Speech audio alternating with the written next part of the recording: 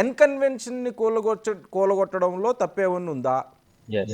ఏంటంటే ఇప్పుడు అది అది న్యాయమా అన్యాయమా అన్నది కోర్టు పరిధిలో ఉన్నది. కోర్టులు చూసుకుంటే ఇప్పుడు అది స్టే ఇచ్చింది. ఆ స్టే ప్రకారం వాళ్ళు వాదించుకుంటారు. ఇరు వర్గాలు ఏదైతే ప్రభుత్వం, అదే విధంగా నాగార్జున గారు వాళ్ళు వాదించుకుంటారో ఆ కోర్టు వింటది. కోర్టు విన్న తర్వాత ఏది నిజం ఏది అబద్ధం అన్నది వాళ్ళు తేలుస్తారు. కానీ ఇప్పుడు ఇది హైడ్రా పుట్టుక గురించి కూడా కొంత మీకు కులంకుశంగా చెప్తాను. ఎందుకంటే ఇది రాష్ట్ర ప్రజలకు అదే విధంగా ప్యానెల్లో ఉన్న అందరికీ తెలవాలి. Hyderabad disaster response and asset protection agency అని వీళ్ళు ఒకటి పెట్టారు. అసలు యాక్చువల్ గా ఇది దీని ఉద్దేశం ఇది కాదండి. యాక్చువల్ గా వీళ్ళు 5గురు అన్నదమ్ములు, అంటే 7గురు, మొత్తము 7గురు, ఒక అక్కో చెల్లె ఉంది, మొత్తం 8 మంది. అయితే వీళ్ళు 5గురు అన్నదమ్ములు యాక్టివ్ గా ఉంటారు, ఇంకిద్దరు మామూలుగా ఉంటారు. ఇప్పుడు ఏంటంటే ఇప్పుడు ఇది వీళ్ళు 5 గ్యారంటీస్ ఏది అన్నారు, 6 గ్యారంటీలు అన్నారు, ఇప్పుడు అది 5 గ్యారంటీస్ వచ్చింది. ఎందుకంటే వీళ్ళు 5గురు అన్నదమ్ములు 5 ఏళ్ళు బాగుపడాలి, ఈ బాగుపడడానికి అర్ధరాత్రి తీసుకున్న నిర్ణయం ఇది. మనం ఎట్లా చేయాలి, ఏ విధంగా చేయాలి, ఎట్లా చేస్తే మనకు డబ్బులు వస్తాయి, మనం ఎట్లా అడ్డుగుడ్ల ముఖ్యమంత్రి అయిన తర్వాత మనం ఎట్లా సంపాదించుకోవాలి, మన అన్నదమ్ములం ఎట్లా మళ్ళా స్థిరంగా మొత్తం మన తరతరాలు బతకాలి, దాదాపు 500 మంది ఏదో వీళ్ళు కుటుంబ సభ్యులు ఏదో అని పెద్ద పెద్ద స్టేట్మెంట్స్ ఇచ్చింది. ఎందుకంటే నేను కూడా ఎందుకు చెప్తున్నా అంటే ఇది దెబ్బ మనమే కొట్టాలి, మందు మనమే రాయాలి, ఇది వీళ్ళ సిద్ధాంతం. ఎందుకంటే ప్రజల దృష్టిలో న్యాయం కనిపించాలి, మనం మాత్రం మంచిగా దండుకోవాలి డబ్బులు అన్నది. ఏ విధంగా దండుకోవాలంటే ఇప్పుడు 2 గూల కొడితే 100 మంది మన దగ్గరికి వస్తారు. ఈ 2 కూల కొట్టకపోతే ఎవరు రారు. ఆ 2 కూలగొట్టే విధానమే ఇప్పుడు ఎన్ కన్వెన్షన్. ఒకటి కూల కొడితే మొత్తం హైదరాబాద్ లో రియల్ ఎస్టేట్ మొత్తం దందా మొత్తం ఒకసారి షేక్ అయ్యి మిగతా వాళ్ళందరూ రేవంత్ రెడ్డి దగ్గర బ్రదర్స్ దగ్గరకు వచ్చి లక్షల కోట్లు అప్పచెప్పి మా భూమి మా భూమి మా భూమి మా కాపాడుకోవాలి, మా భూమి జోలికి రావద్దు అనే ఒక సిచ్యువేషన్ క్రియేట్ చేసింది. ఎందుకంటే ఇప్పుడు ఇది ఇప్పుడు కూడా చెప్తాం, 2014 ముందు జరిగినాయి ఇవన్నీ. దాదాపు టీడీపీ కాంగ్రెస్ ఉన్న హయాంలోనే వీళ్ళు అన్నిటికీ భూములకు కానీ ఇండ్లకు కానీ పర్మిషన్లు ఇచ్చింది. మేము వచ్చిన తర్వాతనే మొత్తం అయిందన్న తప్పు. 98% ఇప్పుడైతే కూలగొట్టేటివి ఉన్నాయో కంప్లీట్ గా వాళ్ళ ప్రభుత్వం ఉన్నప్పుడు ఇచ్చినాయి. వాళ్ళ ప్రభుత్వం ఇచ్చినప్పుడు వాళ్ళు ఇప్పుడు ఒక హైడ్రా సరిపోదు, ఏదైతే వీళ్ళు ఈ హైడ్రా ఒకటి సరిపోదు, ఒక 100 హైడ్రాలు అయితేనే వాళ్ళు చేసిన పాపాలు పోతాయి. ఒక్కరోజు వీళ్ళు చేసిన 55 ఏళ్ళు పరిపాలించిన భారతదేశాన్ని ఇవన్నీ ఇప్పుడు ఎన్ని ఉండే, దాదాపు 2000 చెరువులు ఉంటాయి హైదరాబాద్ లో. ఆ 2000 చెరువులు 98% వాళ్ళే ఆక్రమించుకున్నారు. వాళ్ళ నాయకులే, వాళ్ళ దాంట్లో చేసిన వాళ్ళే. వాళ్ళు పార్టీలు మారచ్చు, ఇట్లా రావచ్చు, అటు పోవచ్చు, ఇట్లా రావచ్చు, ఇప్పుడు వాళ్ళ దగ్గర ఉండొచ్చు.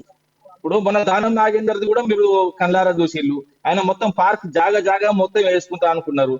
అరే డైరెక్ట్ రంగనాథ్నే బెదిరించే అంత స్థాయికి ఎదిగిండు. నీకు ఉద్యోగం ఉండాలన్నదా, పీకాలు ఉన్నదా, ఒక ఐఏఎస్ అధికారిని, ఐపీఎస్ అధికారిని. అంత ఘోరమైన సిచ్యువేషన్స్ వచ్చిందంటే వీళ్ళు.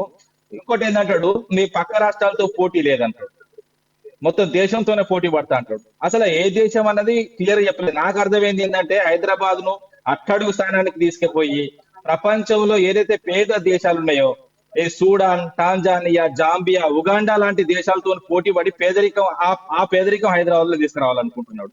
ఇంకోటి హైడ్రా ఫుల్ ఫామ్ కూడా మార్చేసి, అసలు హైడ్రా ఫుల్ ఫామ్ చెప్తా. HY అంటే హైదరాబాద్, D అంటే దోచుకునే, RA అంటే రేవంత్ రెడ్డి అన్నదమ్ములు.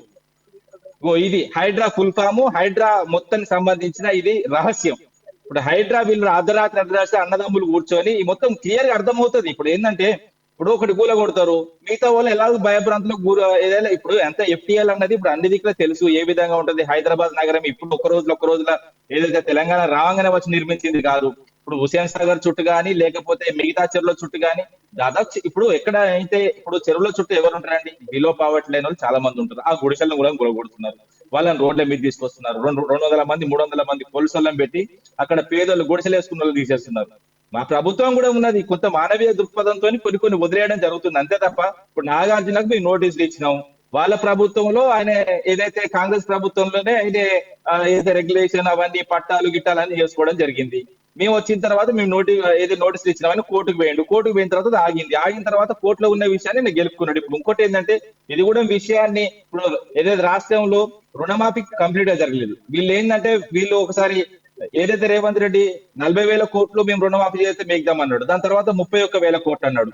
దాని తర్వాత ఇప్పుడు ఏమైంది, 17,000 కోట్లకి వచ్చింది. రైతులు మొత్తం ఆందోళన చేస్తున్నారు, బ్యాంకుల ముందు బార్లు తీరి లొల్లి పెడుతున్నారు.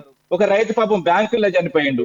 ఇలాంటి సిచ్యువేషన్స్ రాష్ట్ర ప్రజలు ఆల్రెడీ ఏదైతే రైతుల వైపు పోతుంటే దీన్ని ఏదైతే తర్జుమా చేయనీకి, విషయాన్ని డైవర్ట్ చేయనీకి ఇది ఒక కొత్తగా తీసుకొచ్చి మళ్ళీ హైడ్రా వెంటనే యాక్టివ్ చేసిండు. ఎందుకంటే నిన్న జరిగింది, ఇవాళ ఏం చేయాలి, ఏదైనా పెద్ద విషయాన్ని డైవర్ట్ చేయాలి.